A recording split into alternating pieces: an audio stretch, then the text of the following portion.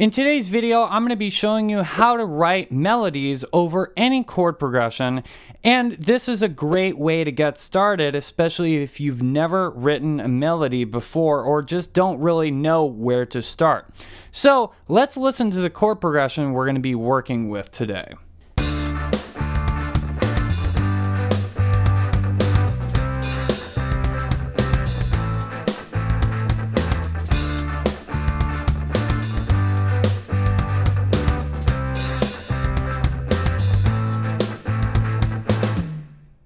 Okay, so you can see that it's a fairly simple chord progression over this basic backing track that I've made.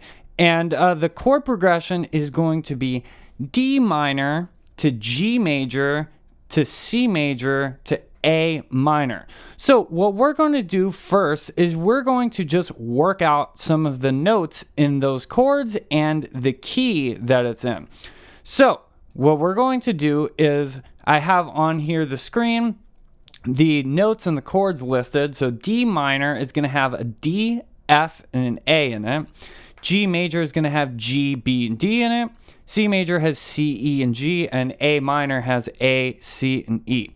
And what we're going to do is we're actually going to write this melody on just one string on the guitar, the second string.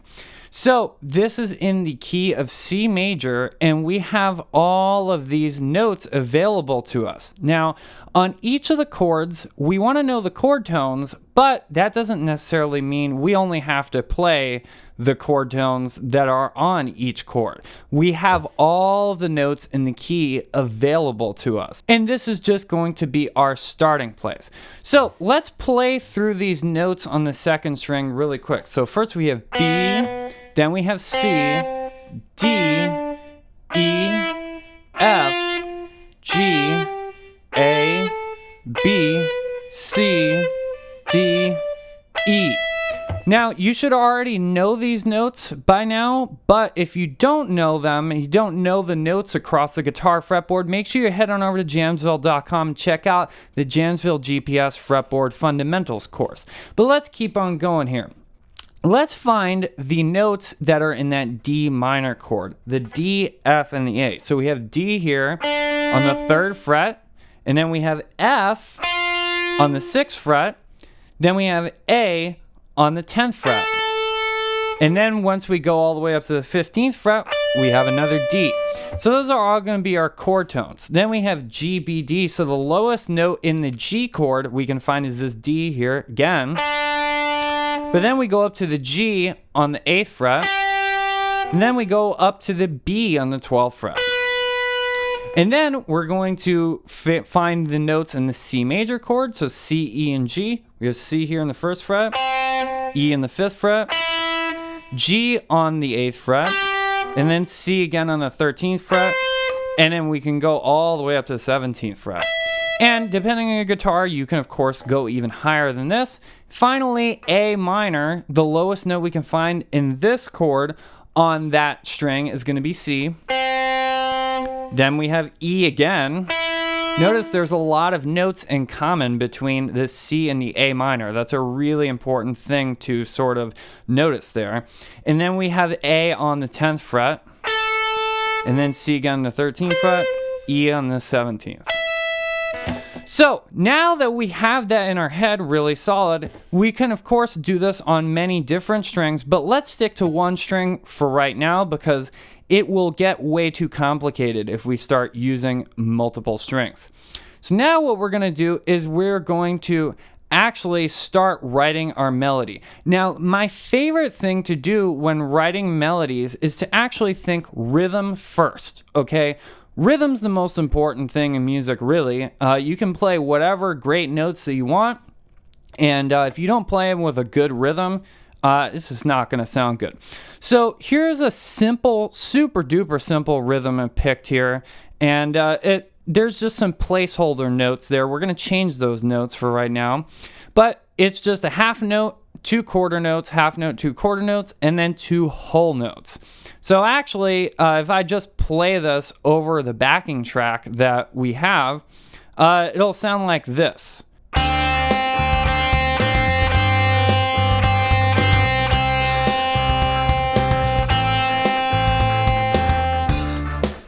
So obviously it's not the most interesting thing in the world. It's just one note. But now we're going to change the notes that were going with that rhythm to make them sound a lot better. So now what we're going to do is for the first note on each chord, we are going to make sure that note is one of the chord tones that we worked out earlier. This is sort of like the way that I approach soloing too. If you check out the video called How to Solo with Confidence that I made a few weeks ago, it talks about using this target note method. And well, what do you know? This is actually a great method for writing melodies in general. This is really kind of what you saw people like Bach doing. It's just following basic voice leading and things like that. So what we're going to do is we're going to apply that to our melody here. So on the D minor, we have our choice of D, F, or A. So I'm going to go ahead and pick this F note here on the 6th fret. And that's going to be our first note on the D minor chord. Now, we're going to actually skip the next two notes, and we're going to go right to the first note on the G chord. So the G chord, we had G, B, and D. So I'm going to go ahead and pick actually B on that chord, B on the 12th fret. And now we'll go to the C chord, which has C, E, and G in it, and we're going to go ahead and pick G as the note that we're going to play in there, and that's going to be on the 8th fret of the 2nd string. And then we're going to pick one more note here on this A minor, and that is going to be, let's actually go ahead and stick with C. I like C there.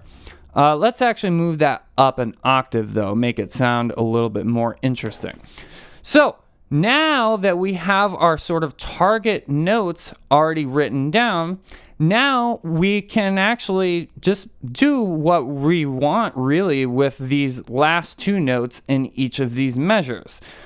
Preferably, we would use those two notes to lead into the next chord, but we don't have to do that in this case because it's writing a melody. We don't need to follow a ton of different rules, but this is just a good way for us to get started. So now, let's go ahead and allow ourselves really to use any of the notes from the key of C major on these last two notes in the D minor measure and in the G major measure. So let's see, we have this so far. We have F, C, C, B, C, C, G, C. So I think actually I am going to go ahead and lead these two notes up to that B note, because this is going to be really easy. So if we go back over here to our fretboard, we can see that actually the B there on the 12th fret has G and A right behind it on the 8th and 10th fret respectively. So let's play G, A to B, and this is going to give us a really nice stepwise melody.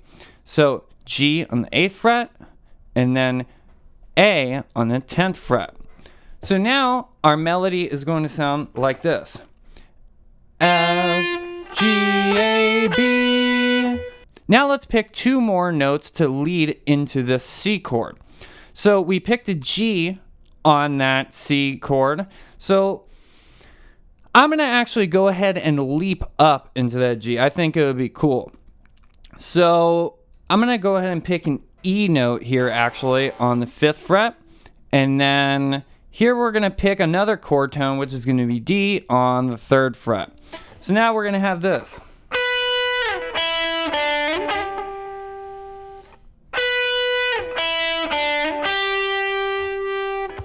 And then we don't need to change anything else. So let's see how this melody sounds. We might not like it that much yet, but we're going to have a melody that is definitely going to sound pretty solid because we're always landing on one of those chord tones when the chords change. And we're throwing in some extra stuff in there too. We're not just playing the chord tone. So let's hear how that sounds.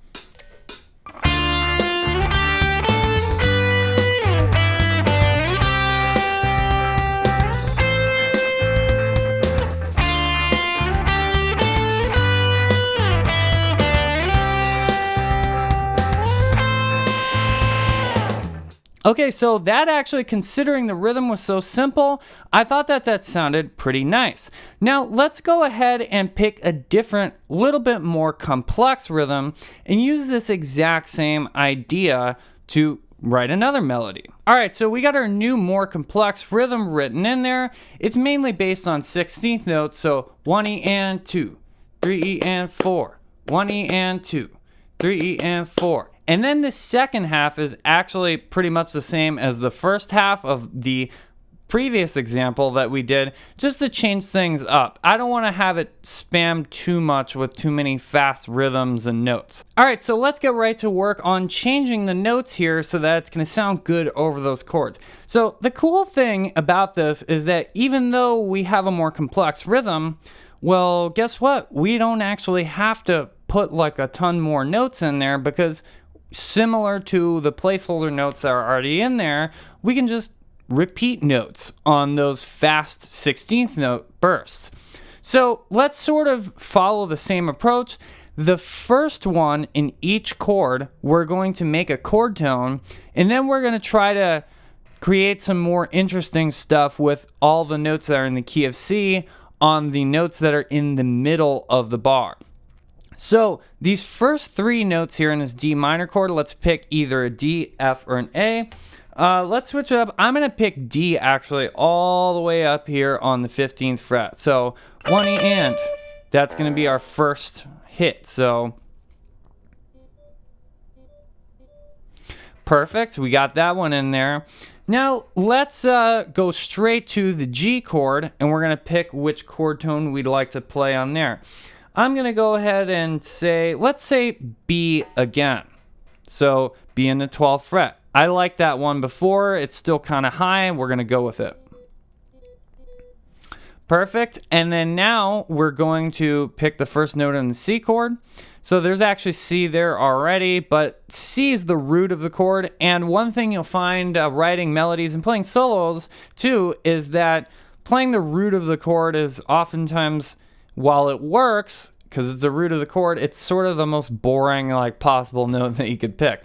So anyway, let's go ahead and pick, let's pick E on that chord. E here on the 5th fret. I like that note. And then for the A minor chord, let's try to make this melody start looping back around sort of, so that it sounds reasonable when we repeat it over and over.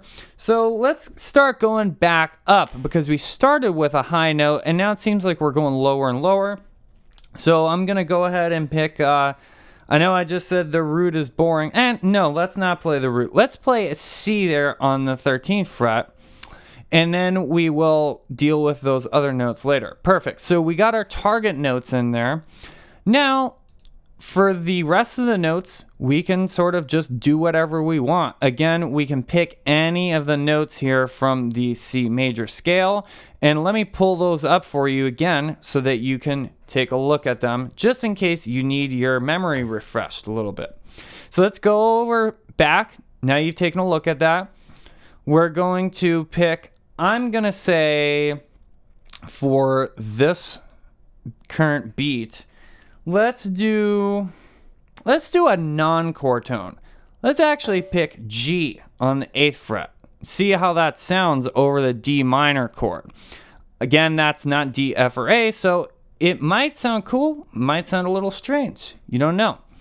So then we have this last note, and it's going to sort of lead into that B in the 12th fret. So I think it would be cool to go, let's just jump up into that. Let's keep going lower from the G. Let's make that one an F actually. And now let's start dealing with the notes on this G chord. So we have this extra beat here. Let's make that a D. D down on the 3rd fret. And then we have an E on the C chord. So let's just go ahead and let's jump into that one too. We're going to make this note a G on the 8th fret.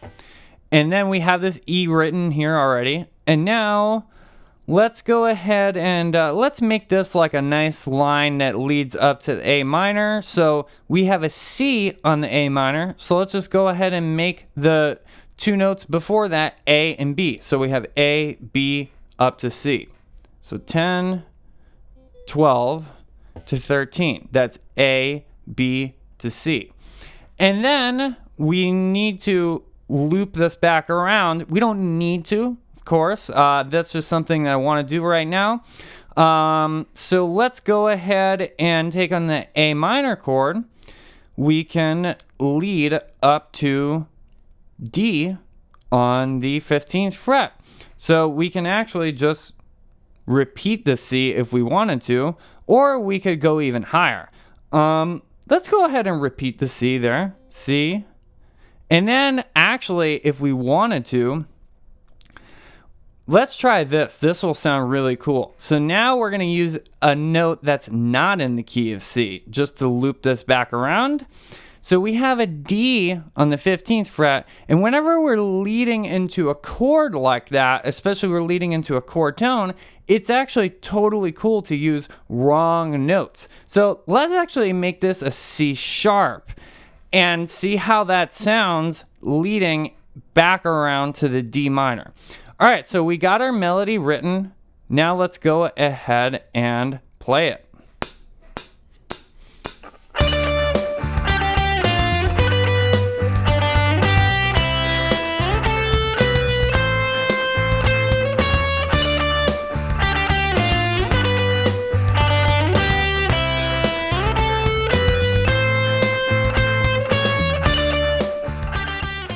Okay, so I really liked how that melody turned out. And as you can see, this was a really simple process to go through.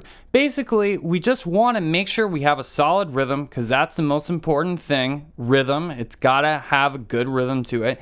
Then we want to make sure that we're targeting good chord tones when we switch between the chords. And then in between there, you can basically do whatever you want. You can play whatever notes you want from the key. Obviously, you should know what key the chord progression's in.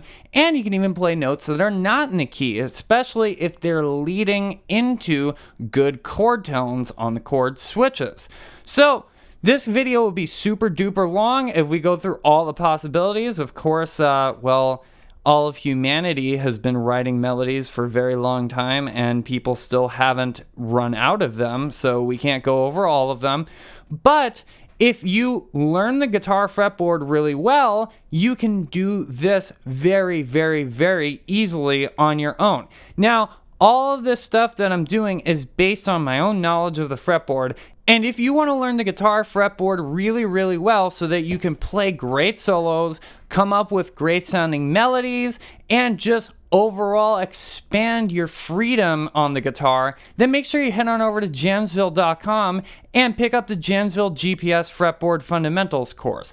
Also on Jamsville.com, I have 2 free ebooks that you can download that will improve your soloing and your knowledge of chords. So no matter who you are, you better be going on over to Jamsville.com after this video and make sure you're subscribed to the channel. And also make sure you head on over to the Jamsville Patreon page where you can get access to all backing tracks and examples from every video that I release. And until next time, listen, learn, and jam.